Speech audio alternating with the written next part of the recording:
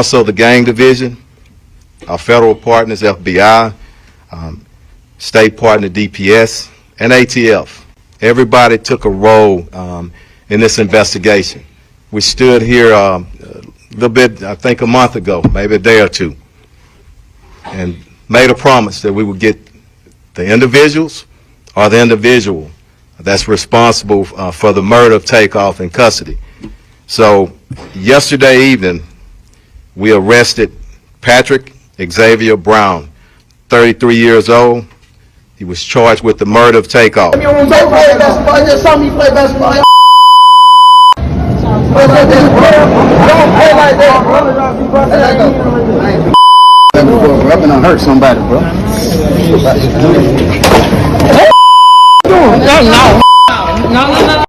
It was sliding through the town, man. Sliding through the town. Got the birthday boy. Yeah, also. Yeah, we on the 5th. We got the 5th boy.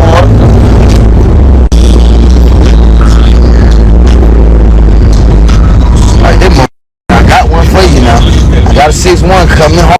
Man, they should have never even got down on Takeoff. Takeoff, he should have never even went up there, and he should have had every piece of security that he could have grabbed that was in Houston. He could have ordered security when he first got out there, regardless of what's going on. But Quavo, he knew that Offset went wrong when he said that his brother went out there with you, man, and y'all ain't had nobody really around with y'all that could actually protect y'all. It was just y'all freelancing.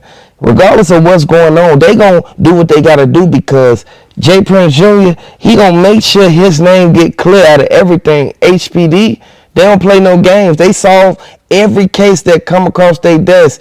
I say about 99% of it, but you know the feds don't play no games. They come and get people 10 years later, and they have to give the information and the documents to whatever crime that went on to the feds, if it's liable, if it's available to be in the feds' hands. I want y'all to know this is sad, man, and I want everybody to hit the like button if you feel that they set Takeoff up. They kept saying it was over insurance policy. I don't know how true that is, but they said that Takeoff, he was unaware of everything that was going on, man. The people that was right there, instead of them helping Takeoff, they was recording. Offset said he wished he was standing right there when everything went down, when they first went out there, because he would have been the main one to swing on the shooter, the dude that actually shot, regardless of what's going on. When they start ducking from them bullets, that's when everybody hit the dirt. People still standing right there recording, so that means that it was the people who was right there blocking away from Takeoff, so that Takeoff could at least try to get out that jam. Regardless of what's going on, they got everything on footage, and from the camera angle, it shows Takeoff. He was walking up to the crowd, man. I wish Takeoff would have never even walked that way. If Takeoff would have just went inside that bowling alley or went down that stairwell or that escalator, he'll still be here with us right now, because they want to aim to shoot that way. That would have made it seem like they was aiming at Takeoff and they wanted to get Takeoff. You see what I'm saying? It's two conflicting stories that they made, regardless of what's going on. Quavo, he tried to clear his name up, but then he ended up still hanging with the people that did it. Regardless of who got into it with Quavo. Quavo was supposed to be on their top. He was supposed to at least go out there to Fifth Ward with his people and get some straightening going on about his nephew. Come on now, man. Everybody knows what's going on, man. But we already know for a fact the reason they even brought this up in court is because they got it on footage. Y'all did it in front of all them cameras. People had iPhone 13s just standing right there recording, iPhone 14s. Like at the end of the day, they retrieved all that footage. They got the camera footage that was up there in that corner. They got the camera footage that was inside of the bowling alley. It's too many angles where you see every movement that Takeoff took. Takeoff, he'll still be here with us right now if he would have never trusted Quavo. And this is why I say you can't trust everybody. Everybody ain't gonna be there in your corner, but from what the feds is saying, the feds ain't playing no games. They looking at it as if it was a setup. Regardless of what went down, they put themselves in the vicinity of a crime that happened. They recorded it. They even got Takeoff laying on the ground, man. That's something that nobody wanted to see. At the end of the day, Takeoff was watching them shoot dice. After they got done shooting dice, Quavo got into it with the dude. They was talking about some basketball. Ain't no basketball worth your family member life. Like, at the end of the day, you shouldn't have never even been arguing with people that you barely even know. You don't live out there. You don't hang with them every day, so you don't know how mad they'll get or how quick they'll be to try to go from 0 to 100. At the end of the day, you from the streets. You know how they get out, man. You already know they was strapped, man. You saw that gun right there in that car, that drop top slab, man.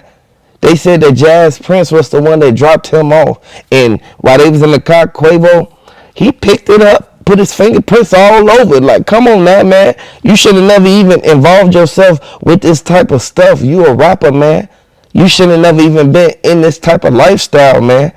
But you want to shoot dice and do all this, man. Your family member lost his life. And just imagine how your sister feeling, man. She feels some type of way, man. Takeoff life was in Quavo's hands. And look what ended up happening. I want everybody to know, man, if you're a fan of Takeoff, hit that like button, subscribe to the channel, man. Let me know if you feel that J. Prince Jr. and them, they set up Takeoff. Everybody in Atlanta, they keep on saying, Quavo, he was supposed to be right there in their face. After everything went down, he was supposed to have been right there. He's supposed to chase somebody, at least get somebody so they could give him some type of information so that he can be able to get some type of closure from what's going on. Because from the looks of the video, it looked like Quavo, he was unaware of everything that was going on, man. You ain't know that they was finna pull this on y'all, man. At the end of the day, you was riding in the car with the dudes who had the weapon. Man, y'all don't know them people, man. Don't be going to these places and you really don't even know your surroundings, man. Hit the like button, subscribe to the channel if you're a fan of Takeoff. I spoke to Takeoff's mother early this morning, and my prayers, and I ask that all our prayers continue to go out to her and his entire family, his close friends, the city of Atlanta, and all of Takeoff's fans around the world. We lost a good man, and I didn't have the pleasure of meeting him, but everybody, the hundreds of people that I talked to, spoke on what a great individual he was. I want to thank them, the family, and everybody else for patience, allowing us to work through the evidence and the facts, which is most important. I also want to thank our investigators. Here today is Sergeant Michael Barrow, Lieutenant Barnes, Investigator Ross Watson, and also from the DA's office, Ruben Perez and Matt Gilliam, who's worked very hard on this case. All of our individuals, our divisions, our homicide division, thank you. People don't know the hard work that they do behind the scenes, the number of hours that they're away from their family members. So, DJ Pat, he will have 3 lawyers during trial. When they investigate everything that's going on, they lay everything out on the table. Now, keep in mind, Quavo still rocking with them. Quavo know for a fact what's going on. Quavo fingerprints was found on top of the weapon. And I want y'all to know, that weapon that was inside of that car, when Quavo and them was on their way to the bowling alley, that's the gun that was used in this situation. I want y'all to know, this is sad, man. I want everybody to hit the like button if you're a fan of Takeoff. Everybody just need to be aware and be on alert. They are going to bring up every single angle of that surveillance footage that was right there inside of the bowling alley and right there in the lobby part, right there in the front. I want y'all to know there's too many witnesses out there, and they got 5 witnesses. 5. And I want everybody to know this sad, man, but Takeoff will get justice regardless of how many lawyers he hired. He hired J. Prince Jr. and them lawyers in this high profile case. Hey man, I want y'all to know hey look, I got this thing on my head because I just got my hair did. I want y'all to know, hey look, that's the only reason I got this on. But Takeoff, he should have never went to that bowling alley from the beginning, just like his sister said. And everybody know for a fact, whenever your family members tell you, man, you shouldn't do this or you shouldn't do that, they probably telling you that for a good reason. He flew out there so he can go out there with Quavo so Quavo could take care of some business. Keep in mind, they kept saying something about checking in. I didn't know that Takeoff, he never even really had a full conversation with J. Prince Jr. He was just in the background of everything. I wish Offset was there, just like he said.